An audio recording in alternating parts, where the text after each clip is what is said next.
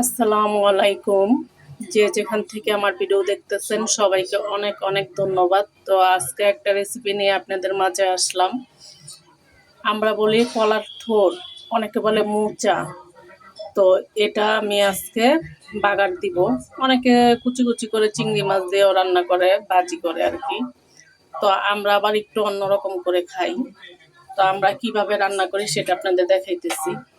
এখানে আমি কলার থোর আর সামান্য একটু হলুদ দিয়ে সিদ্ধ বসাইছি, কারণ এটার মধ্যে একটা কষ আছে, হলুদ দিলে কষটা বের হয়ে যাবে। তো এটা সিদ্ধ হলে পরে এটা ব্লেন্ডারে বা পাটায় বাইটা পরে বাগার দেয়। তো আপনারা দেখতে থাকেন আমি এটা কিভাবে বানাই। এই দেখেন আমার কলার মোচাটা সিদ্ধ হয়ে গেছে। এখন এটা আমি পানি ঝরাবো। পানি ঝরাইয়া আমি ব্লেন্ডারে ব্লেন্ড করব না, কারণ এটা বেশি মজা লাগে না। আমি পাটায় বাইটা নিব। এই যে আমি, আমাদের এখানে বলে কলার থোর, আপনাদের এখানে কি বলে আমাকে জানাবেন। এই যে আমি এই কলার থোরটা আগে বাইটা নিব, পরে আমি এই যে সরিষাগুলোও বাইটা নিব।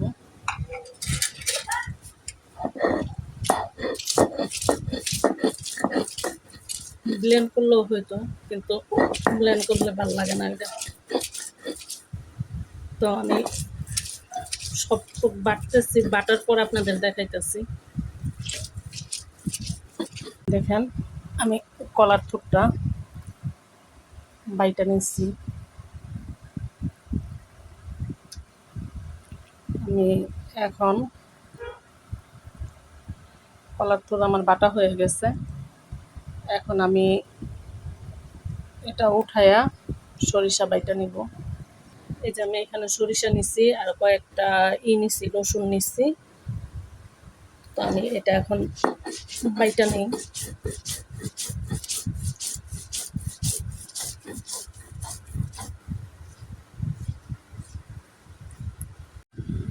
এই যে আমি এখানে এটাও বাইটা নিচ্ছি,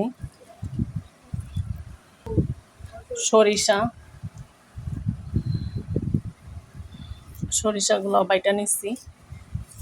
এখন আসেন যাই চুলার কাছে, যা বাগার দিতেছি। এই যে আমি চুলার উপরে একটা কড়াই বসাই দিচ্ছি, কড়াই বসায়া তেল দিয়ে দিচ্ছি। আমি কলার থোরটা এখন বাগার দিব। এই যে পেঁয়াজ দিয়ে দিলাম। পেঁয়াজ একটু বেশি দিতে হয়।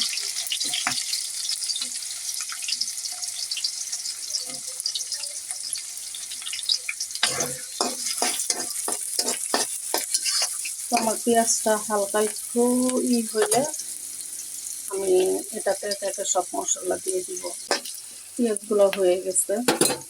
আমি এটাতে রসুন বাটা দিব না, কারণ আমি দেখছেন আপনারা আমি এর সাথে কি বলে সরিষার সাথে রসুন বাইটা নিচ্ছিলাম। তো আমি হালকা একটু মরিচ দিলাম, হলুদের গুঁড়া দিলাম। যেহেতু আমি লবণ দিয়ে সিদ্ধ করছি, আমি লবণটা একটু কমই দিব। পরে দেখা যদি লাগে তাহলে আবার দিব।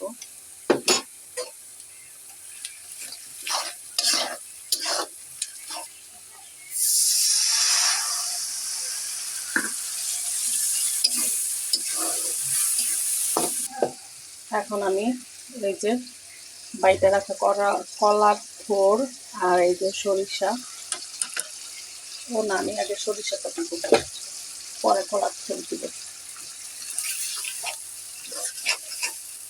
তো আমার সরিষা একটু কষানো হোক, হইলে পরে আমি কলার থোর দিয়ে দিতেছি, আপনাদের দেখাবো।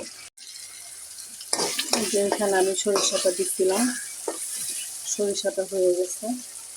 আমি এখন এটার সাথে এই যে কলার থোর দিয়ে দিলাম, দিয়ে আমি সরিষার সাথে মিশিয়ে ফেলবো। মিশিয়ে আমি আপনাদের দেখাতেছি। এই দেখেন কলার থোরটা উপরে তেল ভাইসা উঠছে। আমি আর 2-3 মিনিট পরে নামাই ফেলবো। নামায় পর আপনাদের দেখাবো। এই দেখেন আমার কি কলার থোর বাগারটা কত সুন্দর হয়েছে দেখতে, মাশাল্লাহ। তো আপনাদের যদি ভাত খেতেও ইচ্ছে না করে তাহলে আপনারা এটা বানিয়ে খাবেন। এটা আমি কি বলবো, মানে খুবই সুস্বাদু একটা খাবার। একটু কষ্ট আছে কিন্তু তারপরেও খুব মজা। তো আপনারা এরকম করে বানিয়ে খাবেন। তো এরকম আরও নতুন নতুন কোনো রেসিপি দেখতে চাইলে আমার চ্যানেলটা সাবস্ক্রাইব করেন, আমার পাশে থাকেন, লাইক কমেন্ট শেয়ার দিয়ে আমার পাশে থাকেন।